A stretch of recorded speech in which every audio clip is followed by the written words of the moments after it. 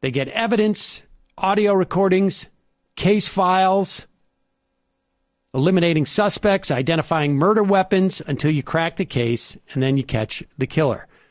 It's like an escape room that is delivered right to your door. And now you can grab some wine. Obviously, you hop on Zoom, you play with your socially distanced friends. Maybe it's a good time to get together, too. Plus, there is a spoiler-free community with thousands of members to help each other solve difficult puzzles and talk about true crime. Has 100,000 active subscribers and over 2,000 five-star reviews. Also, part of the proceeds for every box goes to the Cold Case Foundation, an organization dedicated to helping with real-life cold cases. Mile and I did the first one we did was like a high school reunion, I think it was. That was a while back. But the most recent one was the theater one. I can't remember what the name of it is, but it was about a theater in the 1930s, a cold case. And it was fun to be able to both, I mean, in the case of, doing it with your teen kid, sort of just go back and make it historical. They're not all period pieces. This was, but fun and hard. You set up your bulletin board. You could do it with the little strings, the red strings we got. We went full on. Wow. Thumbtacks. Yeah. Right now, you can go to huntakiller.com/majority. Use the promo code majority for 20% off your first box. Again, make sure you use the code majority for a 20% discount. Do you have what it takes to hunt a killer?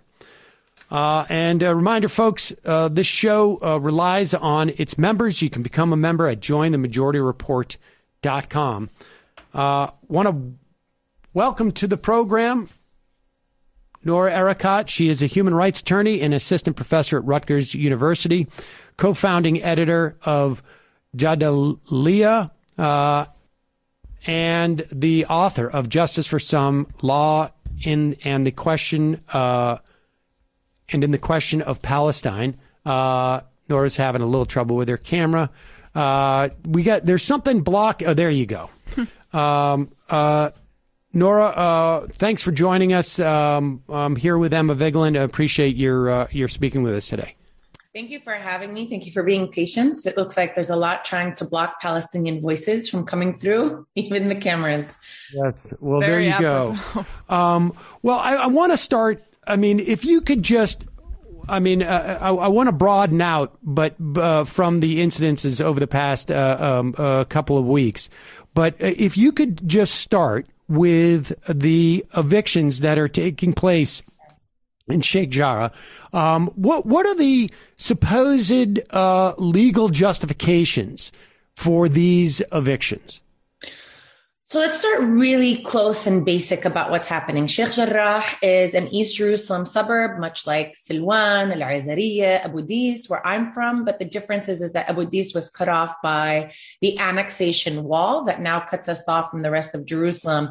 Those Palestinian communities who are within the boundary of the annexation wall, condemned by the International Court of Justice in 2004, are basically marked for removal. All of them.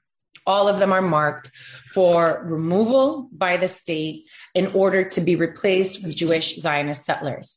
Sheikh Jarrah in particular was a city that was developed and built in the aftermath of Israel's establishment when Jordan was in control of the territory. It entered into an agreement with the United Nations Relief Works Agency, or UNRWA, in order to resettle the Palestinian refugees who were removed from their original homes within what became Israel, and instead came to be settled in this neighborhood in 1956. Since then, the agreement was that this is their new home.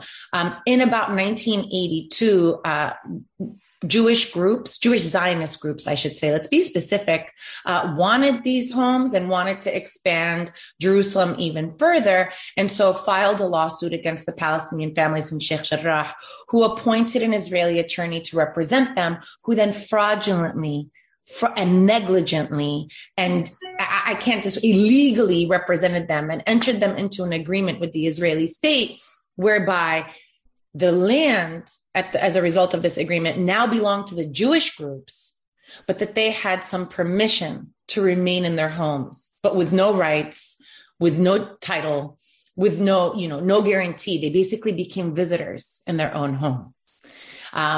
They tried to vacate that decision, but it's remained on the books. And so what's happening right now in Sheikh Jarrah has been happening for decades.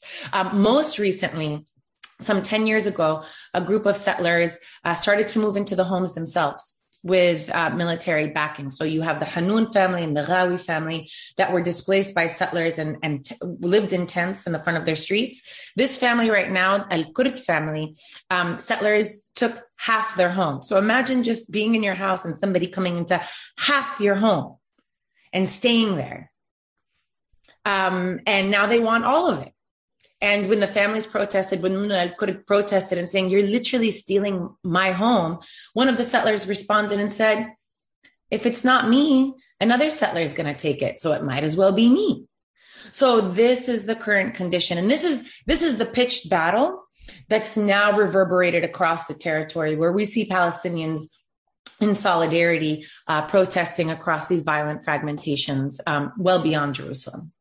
And it's been exacerbated, just, I guess, coincidentally, because we now have celebrations by some in Israel over the annexation of East Jerusalem that took place now 50, 60 years, I guess. So this is confusing, right? Because annexation actually took place. Israel, when it established itself, evicted some 80,000 Palestinians from West Jerusalem. We forget, we normalize that West Jerusalem is just Israeli, right? And forget that this is a home to Palestinians as well. In 1967, after the 1967 war, Israel then annexed East Jerusalem, expanded the municipal boundary by 10 times, annexed some 17,500 acres of West Bank land, and now marked the rest of it as part of Israeli territory and annexed it as an administrative matter, notwithstanding the condemnation of Israel's most significant allies in 67, the UK and the United States, right? In 1980, Israel removes its mask and says, no more administrative annexation. This is all Israel. And formally annexed it, East Jerusalem, in 1980. Again, I think it was UN Security Council Resolution 480 issued in response. The next Security Council resolution to condemn it came in 2016 in Resolution 2334. But to say that this has been ongoing in terms of its annexation plans. Now, what might be signaled as different that has possibly encouraged what, this wasn't inevitable, but it's not surprising. Right. But what accelerated it was the Trump administration's moving of the U.S. embassy from Tel Aviv to Jerusalem in 2018. And, you would imagine that we shouldn't, but one would imagine that the Biden administration, as part of its, first acts in power, would move the embassy back. But the DNC platform said that the embassy would remain in Jerusalem. The Biden administration said that the embassy would remain in Jerusalem. And now the Biden administration is fulfilling something that everybody thought was brazen when Trump did it, but has become normalized as basically what Israel has referred to as a real estate dispute, despite what it actually is, which is settler colonial eliminatory violence. What's at stake is the removal of native Palestinians and to replace them with Jewish Zionist settlers. Those Palestinians will not just be homeless. This isn't about finding a new home. This isn't gentrification. They will be refugees. Right. They will be internally displaced peoples. That's a different framework that we should keep in mind. And I just wanted to touch on, why this was so punctuated now, right? Because to me, from the outside, it seems like yet another effort by Netanyahu to basically spurn Palestinian response, or at least, it seems like that's what happened at the Alaska mosque, right? I mean, to basically provoke violence and then say, what could I do, right? I had to respond and kill 9 Palestinian children and more adults. I mean, this seems to be right out of his playbook. Are these two instances connected? Because that's what it appears like on the outside, at least from my perspective. I mean, I think that's great that you're seeing that. Palestinians understand that full well. Part of what's happening, obviously, in the United States more than anywhere else, Palestinian death is read as an index for Israeli vulnerability, right? That speaks to the thorough dehumanization of Palestinian life, that if Palestinians are dying, Israel is in need of defense. So based on that very racist framework, it's always a go-to to then kill Palestinians within the rubric of some defensive force. Obviously, that's going to be more successful for Israel against Palestinians besieged in the Gaza Strip, which has been collapsed and made indistinct with Hamas, with, Muslim terrorism, with fundamentalism. It's like this Islamophobic framework that just impedes all of our cognitive abilities to be able to understand what's happening. And their life becomes expendable. And that's what's been read. This is out of a bit of a playbook. We saw it in 2014 when, after there was the kidnapping of 3 Israeli settlers in the West Bank, we saw in response, Israel respond incredibly forcefully against Palestinians in the West Bank, but then shifted to the Gaza Strip, which marked the beginning of what became a 51-day aerial campaign of a besieged population that could not become refugees of war. Israel killed some 2,000 Palestinians in the span of 51 days. I think it was 50,000 artillery shells, 6,000 airstrikes, 534 children were killed. You notice that no one's been held to account. I want to have you give some background just so that people remember what the situation is in Gaza. But I also just want to note that this playbook of essentially igniting a greater conflict, specifically with Al-Aqsa. I mean, this is exactly what Ariel Sharon did. Yeah. Exactly, but very similar to what Ariel Sharon did, I guess maybe about 20 years ago, that started the first Intifada, if I remember correctly, and it was the second Intifada. And it was in response, I think, to a concern that there was some possible potential for, some movement in terms of talks, I believe, at the time. And Sharon basically decided to take a walk through Al-Aqsa Mosque and started. I mean, this is a typical craven domestic policy maneuver. It seems like to me, in addition to obviously the horror that's involved for Palestinians.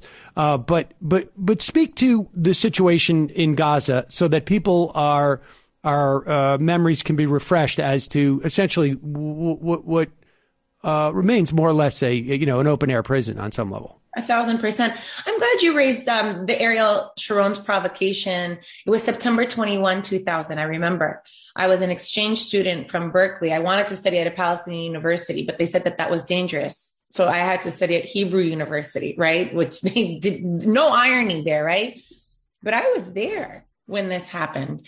And one of the first 5 Palestinians killed on that Friday, after that Friday prayer, was my neighbor in Abu Dis. I remember it very vividly, and then experienced the first few months of what has now become known as the Second Palestinian Intifada. At that time, the Camp David talks had fallen apart. It was clear that, it was the Clinton administration, together with Ehud Barak, they created this mythology of offering Yasser Arafat the most generous offer, which of course was a different version of, Bantustans with no right of return, no real sovereignty, no control of the economy, not maybe an airport, no standing army, no control of citizenship. And so when Yasser Arafat, seeing the writing on the wall and that Oslo itself was a trap, pulled out from the talks as they were collapsed, this is when Ariel Sharon walks onto the Al-Aqsa Mosque with 1,000 troops, right? And so, again, we see it every time Israel has even political domestic issues where they're in disagreement, or Netanyahu is concerned about, his corruption charges. The man is indicted on corruption charges. They go to a bombing campaign of Gaza because that unites Israelis in a way that is distracting, but at the root of it is the fact that that's how dehumanized Palestinians are. That Palestinian children die, right? To absolutely no response. My Twitter feed is filled